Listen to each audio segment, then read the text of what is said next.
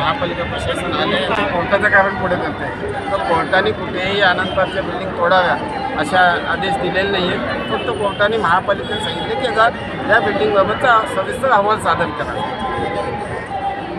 मग हे नागरिकांना येऊन घाबरवत आहेत काय की आम्ही तोडणार? महापालिका त्यांना असलेल्या अधिकाराच्या अन्वये आम्ही इथे आलो असं ते म्हणत आहेत, पण तो त्यांचा भाग आहे. आमचं स्पष्ट मत आहे की कोर्टाने आदेश दिलेले नाही, त्यामुळे ही घरं आम्ही तोडू देणार नाही. या प्रमाणात मिळत नाही. तिथे 15-16 लाख 5 लाखामध्ये लोकांनी घरं घेतली. हा बिल्डिंगचा विषय जो हा सगळ्यात जुना विषय आहे. आज 17 वर्ष झाली बिल्डिंग. आमचं म्हणणं काय की आज तुमच्याकडे जर कोर्टाची ऑर्डर असेल तर कोर्टाची ऑर्डर घेऊन या. पुढच्या कारवाईचं आपण नंतर बघू. संविधानिकपणे प्रत्येकाला अधिकार दिलेले आहेत. हायकोर्टातून जर अधिकार समजा एखादी ऑर्डर येते तर आपण सुप्रीम कोर्टामध्ये नागरिक जाऊ शकतात. पण हे असताना आज मनीष जोशींना विचारतोय की तुमच्याकडे ऑर्डरचा कागद आहे तर दाखवा. तर ते आम्हाला स्टेचा कागद विचारतात की तुमच्याकडे स्टेच आहे. अरे मग बाबा 5 तारखेला यांना तारीख देण्यात आली होती कोर्टाकडून. यांनी रिट पिटिशन टाकली. यांनी सांगितलं की बाबा आम्हाला लवकर सुनावणी पाहिजे. त्यांना 27 तारीखची डेट दिली आहे. आता जर समजा 27 तारीखला कोर्ट त्याच्यावरती सुनावणी घेणार आहे तर 2 दिवस अजून थांबल्याने मला वाटत नाही की महापालिकेचं असं काही मोठं नुकसान. अशीही महापालिका सांगते की आम्ही ॲफिडेव्हिट दिलं आहे आधी कोर्टामध्ये की आम्ही 3 आठवड्यात बिल्डिंग डिमॉलिश करतो. आता 3 आठवड्यामध्ये तुमचं म्हणणं की ही झाली नाही. आज 2 दिवसात तुम्ही केलं तर तुमचं मोठं रेप्युटेशन होणार आहे का? तुमचं रेप्युटेशन दिव्यातल्या बांधकामावरून कळतं की तुम्ही आजपर्यंत किती चांगल्या पद्धतीने काम केलं. तर मला असं वाटतं की आणखी 2 दिवस थांबून 27 तारीखचं काय रेप्युटेशनचा निकाल आहे तो माहिती पडला की पुढचं बघू. पण युवा माणसाची भूमिका काय असणार? आम्ही नागरिकांच्या सोबत आहोत. आमचं इतकंच म्हणणं आहे की नागरिक 17 वर्षापासून इथे राहत आहेत.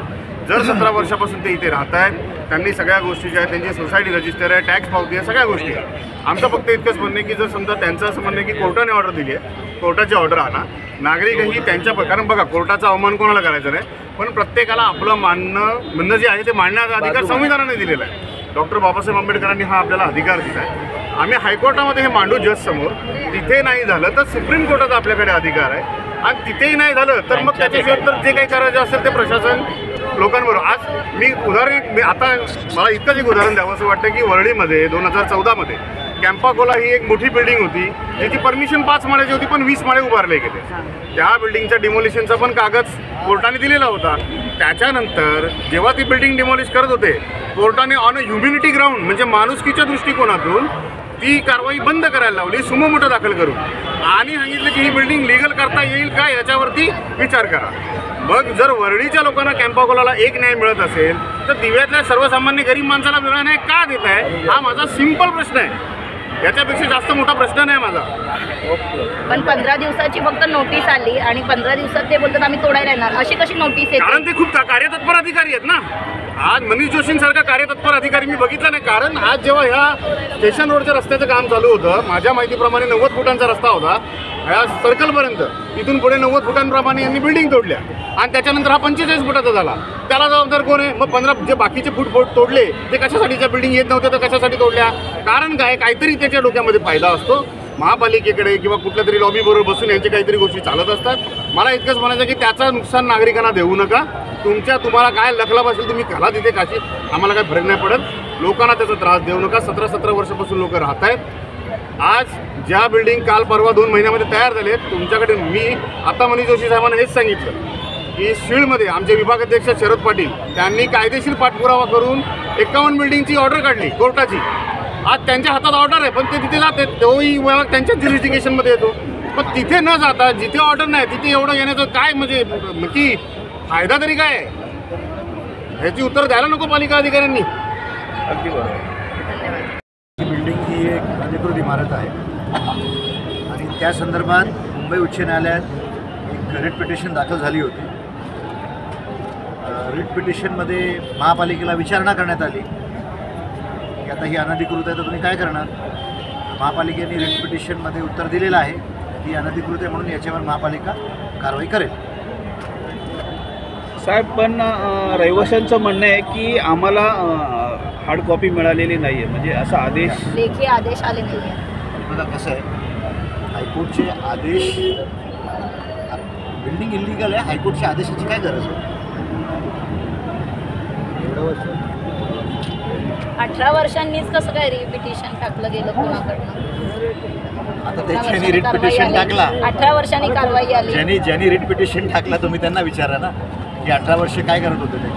सर, काल एका राजकीय पक्षाच्या पदाधिकाऱ्याने सांगितलं की ज्या बिल्डिंगची बांधकामं चालू आहे त्याच्यावरती कारवाई होत नाही आणि जुन्या इमारतीवरती कारवाई होते. तर या संदर्भात काय सांगा? मी कायम एकच गोष्ट सांगत असतो की बघा, इलिगल बिल्डिंगच्या विरुद्ध कारवाई ही एक प्रक्रिया आहे.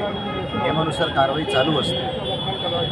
मी मान्य करतो की कधी कधी एक असं लोकांमध्ये समज निर्माण होतो, कारवाई होत नाही. पण आपल्याला माहिती असायला पाहिजे की कारवाई करताना एक प्रोसिजर असते, एक ज्याला आपण DPL म्हणतो, ड्यू प्रोसेस ऑफ लॉ. त्या सगळ्या गोष्टी जोपर्यंत होत नाही तोपर्यंत कारवाई आपल्याला करता येत नाही. पण DPL सुरू आहे, कारवाई पण सुरू आहे. आता आपण म्हणाल साहेब इतकी जुनी इमारत याच्यावर कारवाई का? आता विषय त्याचा आता समोर आला आणि म्हणून महापालिका कारवाई करत आहे. पण सर, पाणी बिल भरताय, टॅक्स भरताय, हे सगळं बिलं भरत असताना ही कारवाई आहे, नेमकं काय? मी तर याच्या पुढे अजून ॲड करून सांगतो, ही बिल्डिंग क्लस्टरमध्ये पण आहे. पण ह्याचा अर्थ हे नाही की ही बिल्डिंग लिगल आहे ना. बरोबर. इलिगल आहे म्हणून कारवाई आहे. तरी तोडलेलं त्यांचं कुठे पूर्ण होणार का? हे बघा, आता असं आहे की पुनर्वसन संदर्भात मी इमिडिएटली कॉमेंट करणार नाही. हा एक टेक्निकल विषय आहे, कारण की इथे क्लस्टर आहे. तर क्लस्टरच्या काय तरतुदी असतील त्यानुसार मग या गोष्टींवर विचार केला जाईल.